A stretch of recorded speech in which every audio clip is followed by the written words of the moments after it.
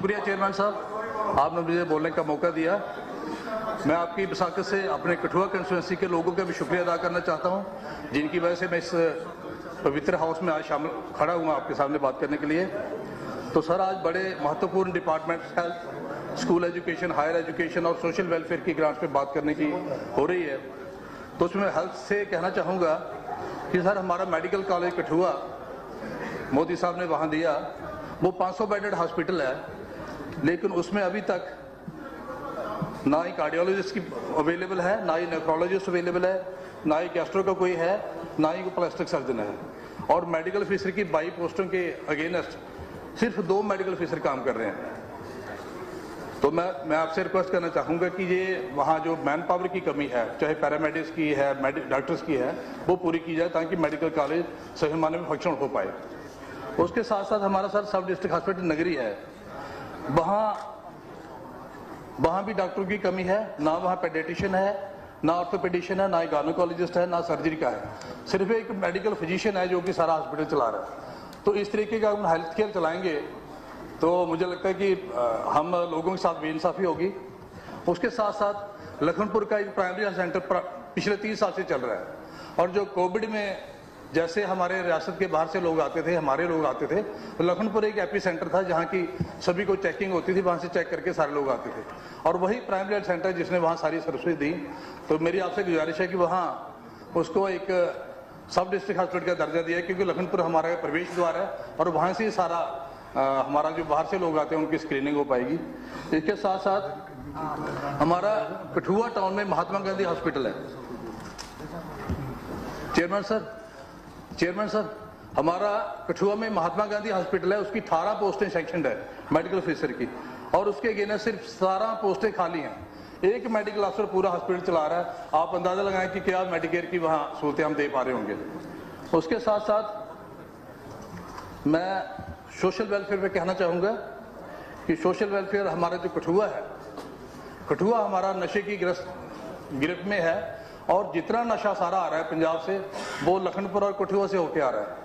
तो हमारा social welfare, क्योंकि हमारा नोडल डिपार्टमेंट है इसके लिए नशा मुक्त भारत अभियान के तहत, तो सोशल वेलफेयर डिपार्टमेंट को और स्ट्रेंथन किया जाए, और सारे जो स्टेक होल्डर हैं, चाहे पुलिस है, जो बाकी डिपार्टमेंट्स हैं, उनको सभी को लेके एक प्रोएक्टिव अप्रोच लेके जो नशे के खिलाफ हम सभी को लड़ना होगा। और मैं समझता हूँ कहीं ना कहीं जो अभी तक हम देख रहे हैं, पिछले 4 महीनों में मैंने देखा तो पुलिस का रवैया बड़ा नेगेटिव रहा है, और जो लोग पकड़े भी जाते हैं उनको दूसरे दिन छोड़ देते हैं। अगर यही हाल रहा तो कोई भी नौजवान हमारा जम्मू कश्मीर का नहीं बचेगा जो नशे से ग्रस्त नहीं होगा। तो इसलिए मैं चाहूँगा कि मेडिकल कॉलेज कठुआ में भी एक डी एडिक्शन सेंटर खोला जाए,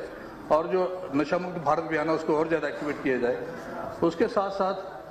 स्कॉलरशिप का मैं बोलता हूँ कि social welfare department, central government उसके लिए फंडिंग देती है सर, और उसमें ज़्यादा पोर्शन जो सेंट्रल गवर्नमेंट का होता है, स्टेट गवर्नमेंट का भी फंडिंग होती है, क्योंकि मैं वहाँ डायरेक्टर सोशल वेलफेयर रहा हूँ, मुझे पता है। लेकिन पिछले 5-6 साल से क्या हो रहा है कि जब से ऑनलाइन प्रोसीजर लागू हुआ है स्कॉलरशिप के लिए, काफ़ी कम लोगों को बेनिफिट मिल रहा है, क्योंकि उसमें इतना डिफ़िकल्ट प्रोसेस कर दिया है कि हर साल बच्चों को इनकम सर्टिफिकेट के लिए जाना पड़ता है, बाकी चीज़ों के लिए। तो मेरी गुजारिश है हाउस से, आपकी विसाखे से, कि वो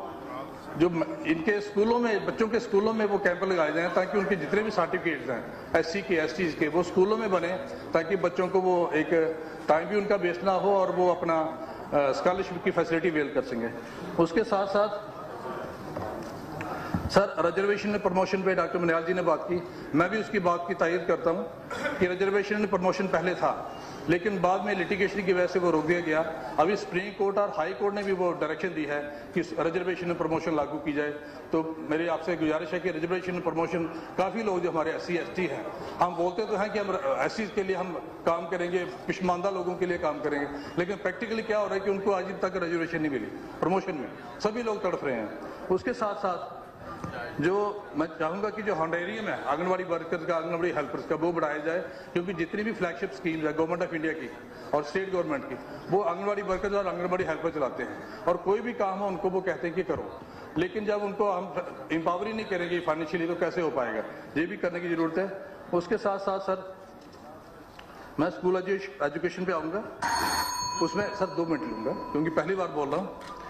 स्कूल एजुकेशन में सर ऐसा है कि हमारा हाई स्कूल लखनपुर है,